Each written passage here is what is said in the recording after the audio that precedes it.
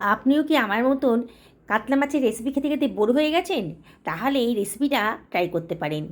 দারুণ tasty recipe, যাকে খাবেন না সেই কিন্তু বারে বারে এই রেসিপিটা বানিয়ে দেওয়ার জন্য অনুরোধ করবে। এতটাই টেস্টি আর ঘরোয়া উপকরণ দিয়ে এটা হয়ে যাবে। চলুন তাহলে আজকে এই রেসিপিটা বানিয়ে ফেলি। আমি এখানে কতগুলো কাতলা মাছের পিস নিয়ে নিয়েছি, আর এগুলো আগে থেকে ধুয়ে পরিষ্কার করে নিয়েছিলাম। এর ভেতরে 1/2 টেবিল চামচ লবণ, 1/4 টেবিল চামচ হলুদের গুঁড়ো আর 1 চিমটা লঙ্কার গুঁড়ো দিয়ে দিলাম। মশলাটাকে মাছের গায়ে খুব ভালো করে মাখিয়ে নেব, তাহলে কিন্তু রান্নার পরে মাছটা খেতে খুব ভালো লাগবে। আমি দুখানা মাঝারি সাইজের আলু নিয়ে নিয়েছি। আলুটা অবশ্যই আগে থেকে ধুয়ে পরিষ্কার করে নিয়েছিলাম। আলুর খোসাটা কেটে আলুগুলোকে একটা জলের ভেতরে ডুবিয়ে রাখছি। লবণ জলেই ডুবিয়ে রাখবো, তাহলে আলুর ভেতরে স্টার্চটা অনেকটাই কমে যাবে। আর দুখানা মাঝারি সাইজের পেঁয়াজ নিয়ে নিয়েছি। পেঁয়াজটাকেও আমি কেটে নিচ্ছি, রাফলি কেটে নেব। কাটা হয়ে গেছে, সরিয়ে রাখলাম। একখানা টমেটো নিয়ে নিয়েছি মাঝারি সাইজের, টমেটোটাকেও আমি রাফলি কেটে নিচ্ছি। এবার পেঁয়াজগুলোকে আমি একটা মিক্সার গ্রাইন্ডারের ভেতর দিয়ে দিলাম, টমেটোটাকেও দিয়ে দিলাম। আর এর ভেতরে দিয়ে দিচ্ছি 1 টেবিল চামচ আদা রসুন বাটা। সমস্ত মশলাই আমি এর ভেতরে দিয়ে দেব। প্রথমে দিলাম 1 টেবিল চামচ মতো লবণ, 1/2 টেবিল চামচ হলুদের গুঁড়ো, 1/2 টেবিল চামচ ধনের গুঁড়ো, 1/2 টেবিল চামচ জিরের গুঁড়ো, আর দিয়ে দিচ্ছি 1/2 টেবিল চামচ লঙ্কার গুঁড়ো। এবার এটাকে গ্রাইন্ড করে নিচ্ছি, জল ছাড়াই গ্রাইন্ড করে নেব।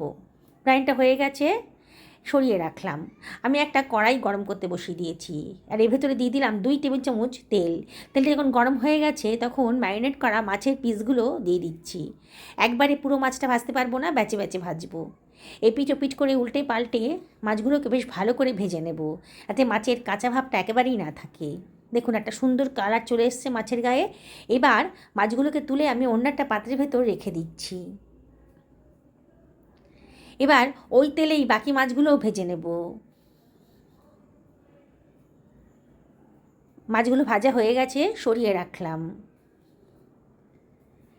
এবার ওই তেলের ভেতরে আমি দিয়ে দিচ্ছি কেটে রাখা আলুগুলো। আলুগুলো জল থেকে তুলে এই গরম কড়াইয়ের ভেতর দিয়ে দিলাম। এবার এর ভেতর দিয়ে দিলাম প্রয়োজন মতো লবণ, সামান্য একটু হলুদের গুঁড়ো আর 1 চিমটা কাশ্মীরি লঙ্কার গুঁড়ো। তাহলে আলুটা ভাজার পর সুন্দর একটা কালার আসবে। ঢাকা দিয়ে দিলাম মিনিট 2-3 জন্য লো ফ্লেমে, তাহলে আলুগুলো তাড়াতাড়ি ভাজা হয়ে যাবে। আলুগুলো ভাজা হয়ে গেছে, মিনিট 2-3 বাদে এটাকে তুলে অন্য একটা পাত্রের ভেতর রেখে দিচ্ছি। ওই তেলেই দিয়ে দিলাম 1/2 টেবিল চামচ গোটা জিরে, আর দিয়ে দিলাম গ্রাইন্ড করা মশলার পেস্টটা। গ্রাইন্ডারটা ধুয়ে অল্প জলও এর ভেতর দিয়ে দিলাম, তাহলে মশলাটা আর পুড়ে যাবে না। এবার মশলাটাকে খুব ভালো করে কষিয়ে নেব। যত ভালো করে মশলাটা কষাবেন ততই কিন্তু রান্নার টেস্টি হবে। খুব ভালো করে কষাচ্ছি মশলাটাকে। এবার রান্নাটা তাড়াতাড়ি হবে বলে আমি ঢাকা দিয়ে মিনিট 2-3 লো ফ্লেমে ঢাকা দিয়ে রান্না করে নেব। 2 মিনিট বাদে দেখুন মশলার গা থেকে কিন্তু তেল বেরোতে শুরু করেছে। আবারও ঢাকাটা তুলে ভালো করে নাড়াচাড়া করে নেব। অল্প অল্প জল দিয়ে দেবেন, তাহলে মশলাটা কিন্তু খুব ভালো করে কষানো হয়ে যাবে। আবারও ভালো করে মশলাটা কষিয়ে নিচ্ছি। দেখুন বন্ধুরা, আস্তে আস্তে কিন্তু মশলার গা থেকে তেল বেরোতে শুরু করেছে। মশলাটা খুব ভালো করেই কষানো হয়ে গেছে। এবার এর ভেতরে আমি দিয়ে দিচ্ছি 1/2 টেবিল চামচ চিনি। চিনিটা অপশনাল, তবে দিলে পরে কিন্তু রান্নার কালারটাও খুব সুন্দর আসবে আর খুব টেস্টিও হবে। এবারে এর ভেতরে আমি দিয়ে দিচ্ছি ভেজে রাখা আলুর টুকরোগুলো, দিয়ে সব কিছু মশলার সাথে খুব ভালো করে মাখিয়ে নেব। আবারও 1.5-2 মিনিট খুব ভালো করে মশলার সাথে আলুগুলোকে কষিয়ে নেব। গ্যাসের ফ্লেমটা মিডিয়াম টু হাইতে রেখেছি, আর মাঝে মাঝে একটু নাড়াচাড়া করে দিতে হবে যাতে পুড়ে না যায়। আমি এটাকে ঢাকা দিয়ে মিনিট 2 লো ফ্লেমে রান্না করে নেব। 2 মিনিট বাদে ঢাকাটা তুলে আবারও একটু নাড়াচাড়া করে দিচ্ছি। খেয়াল রাখবেন যাতে মশলাটা পুড়ে না যায়। সব কিছু ভালো করে মেশানো হয়ে গেছে। এবারে আমি এর ভেতরে দিয়ে দেব গরম জল। কে কীরকম গ্রেভি পছন্দ করেন সেই অনুযায়ী জলটা দেবেন, তবে আমি জলটা এমন করে দিলাম যাতে আলুগুলো পুরোপুরি ডুবে যায়। আবারও সব কিছু খুব ভালো করে মিশিয়ে নিচ্ছি। খুবই সহজ রেসিপি, আর টেস্ট কিন্তু একেবারে অসাধারণ।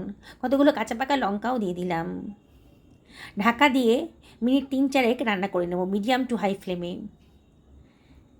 এবার 4 মিনিট বাদে ঢাকাটা তুলে আবার একটু নাড়াচাড়া করে দিচ্ছি। খেয়াল রাখতে হবে আলুটা যাতে সেদ্ধ হয়ে যায়। আলুটা ভাজা ছিল, তাই আলুটা সেদ্ধ হতে বেশি টাইম লাগবে না। দেখুন আলুটা কিন্তু 80% সেদ্ধ হয়ে গেছে। এবার আমি এর ভেতরে দিয়ে দিচ্ছি একটা গন্ধরাজ লেবুর কিছুটা রস, এই 2 টেবিল চামচ মতন হবে। রসটা দিয়ে দিলাম, দারুণ সুন্দর একটা ফ্লেভার আসবে, দারুণ সুন্দর টেস্ট আসবে। সবাই খেয়ে জিজ্ঞেস করবে যে কীভাবে বানিয়েছেন, এত সুন্দর টেস্টি হয়েছে। এবার আমি ভেজে রাখা মাছগুলো দিয়ে দিচ্ছি ঝোলের ভেতরে, দিয়ে একটু হালকা হাতে নাড়াচাড়া করে দেবো যাতে মাছগুলো ভেঙে না যায়। অসম্ভব টেস্টি রেসিপি গন্ধরাজ কাতলা। বুঝতেই পারছেন আজকে গন্ধরাজ লেবু দিয়ে আমি রান্নাটা করেছি, কোনো গরম মশলা দেবো না, তাই কিন্তু গন্ধরাজের গন্ধটা থাকবে। আমি কতগুলো গন্ধরাজ লেবুর টুকরো এই ঝোলের ভেতরে দিয়ে দিচ্ছি, খুব সুন্দর একটা ফ্লেভার আসবে। ঢাকা দিয়ে মিনিট 2-3 লো ফ্লেমে রান্না করে নেব। 3 মিনিট বাদে দেখুন বন্ধুরা, দারুণ সুন্দর একটা ফ্লেভার আসছে, গন্ধরাজ লেবুর ফ্লেভার। একদিন আমার মতন করে এইভাবে বানিয়ে খান, দেখবেন দারুণ স্বাদ এসছে, একঘেয়েমি একেবারেই নেই। ঘরে থাকা উপকরণ দিয়েই কিন্তু অসম্ভব টেস্টি রেসিপিটা আপনি তৈরি করে ফেলতে পারবেন। বললাম তো, যাকে খাওয়াবেন সেই কিন্তু বারে বারে এটা বানানোর জন্য আপনাকে রিকোয়েস্ট করবে। আপনি নিজেই অবাক হয়ে যাবেন যে ভাতটা একটু বেশিই খাওয়া হয়ে গেল এই রেসিপিটার জন্যে। দেখুন কালারটা কত সুন্দর এসছে, দেখতে কত লোভনীয় হয়েছে। বানাতে ইচ্ছে করছে তো? তাহলে একদিন আমার মতন করে এই গন্ধরাজ কাতলাটা বানিয়ে ফেলুন। একবার না বানিয়ে খেলে বুঝবেন কি করে এর টেস্টটা। অবশ্যই একদিন বানিয়ে ফেলুন। সুস্থ থাকুন, ভালো থাকুন, নমস্কার নেবেন।